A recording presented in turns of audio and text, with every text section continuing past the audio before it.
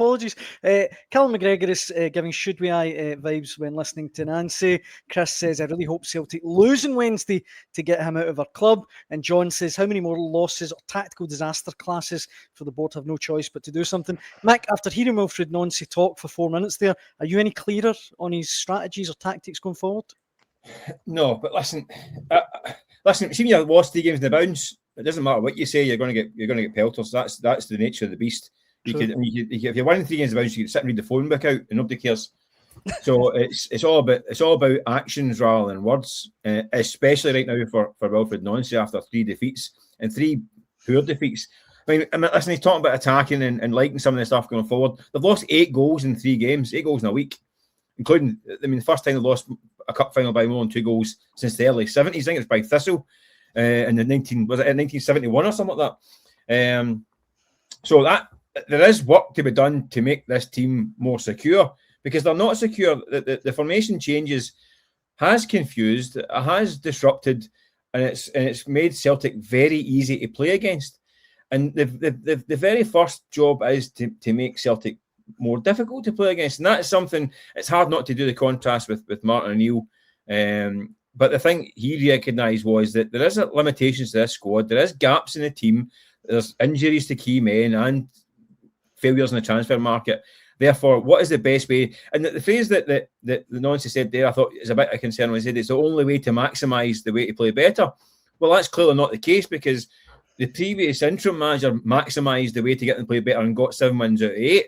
Wasn't perfect, wasn't great at times, wasn't probably sustainable over the longer term, but it did maximise what they had at that point in time. And I still think that, listen, you've got to give the guy a chance to implement his own ideas. I get that. And he needs a bit of patience and he needs a window at least. However, he's also got to get results in the meantime by getting the best out of what he's got. And that's not what's happened this week. He's trying to implement his own playing style on a squad that is blatantly obvious can't do it, or haven't got the players to do it.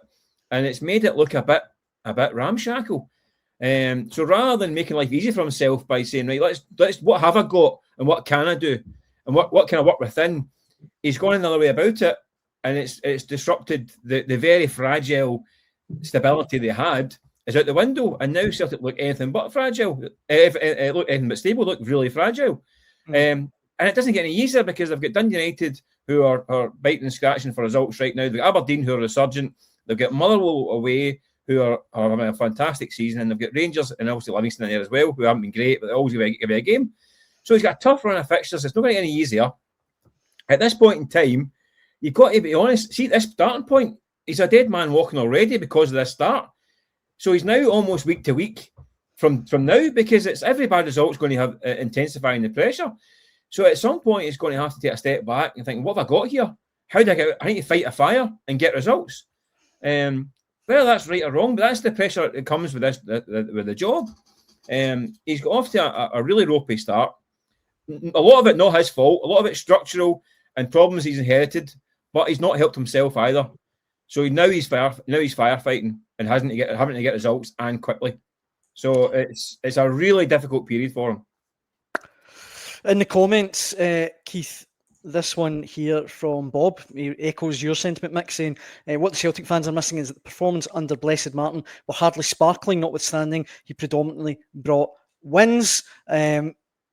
Do you get the feeling, Keith, there's any chance that Wilfried Nancy will change his approach? Because at the minute, the chance of them getting a result at Tannadice on Wednesday with that approach feels quite slim to me.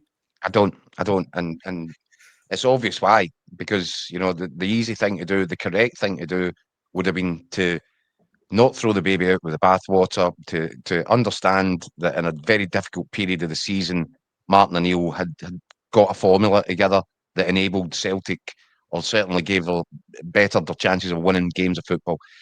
But his system came first. He put his system, his principles, his philosophy, if you like, if that's the words that we want to use, that's what came first. That tells me about his character, and it tells me about how he's likely to proceed in the job. Now, I think Mick's absolutely right. I think the kind of clever thing to do if you were coming in, if you're getting shoehorned into this season as he has been asked to do, you probably ask yourself one question: what would Martin have done? That would seem like the good question to ask. I think he maybe has done that, but he's asked, what would Russell Martin have done? Um, Sorry, I wasn't expecting that at all. well, but I mean, seriously, and we said yesterday after the game itself, he went to Tony Ralston, and he puts Tony Ralston into that starting 11. And I think the majority of Celtic fans have gone, woof, thank God. It's, not because they're overly delighted to see Tony Ralston. I'm not saying anything against Tony Ralston, a good, steady hitter for Celtic. But I think the kind of misconception right away was, oh, he's gone to 4, I thought which that. I think everybody thought would probably be the better way to tactically try and keep St Mirren out. But he didn't. And by putting Tony Ralston, a right back, and at right centre half, it then triggered a domino chain reaction of other guys that had to play out of position in order to fulfil his vision or his principle or his philosophy on how the game should be played. Now, this isn't a particularly, and I think we're all agreed, particularly talented group of Celtic players by Celtic standards. So they're having a hard enough time just playing well in their own natural positions. Never mind 4 or 5 of them getting taken out of where they would naturally play in order to allow this system to come together that Wilfried Nancy is trying to impose on them. You saw the reaction on the pitch. You saw Wilfried Nancy jumping up and down to get Cal McGregor to come to the sidelines. You saw Cal McGregor then running onto the pitch, speaking to about 4 or 5 of his teammates, and not one of them had a look in their face that said to me, "Oh, I understand what he's wanting here." It was the opposite. They looked as if they were having, as I said at the time, it was like a conference call halfway inside their own half during the cup final to try and work out what to do. And I also didn't like the stuff in it. And if you were in charge of PR, see, before Wilfried Nancy sat down in that press conference situation at Hampden, you would sit him down and say, "Well, here's a good idea, big man. Tell you what not to say. Don't say that there was stuff out there that you liked to see, because that will not land well with our Celtic support who are looking at this through the cracks in their fingers. You cannot say there was stuff in there that was good, that you liked, even if," and we did say, I said yesterday, Mike, I felt for about 20 minutes in that first half, the last 20 minutes of the first half, it was probably starting to look a little bit more like what he's got in mind. Mm-hmm.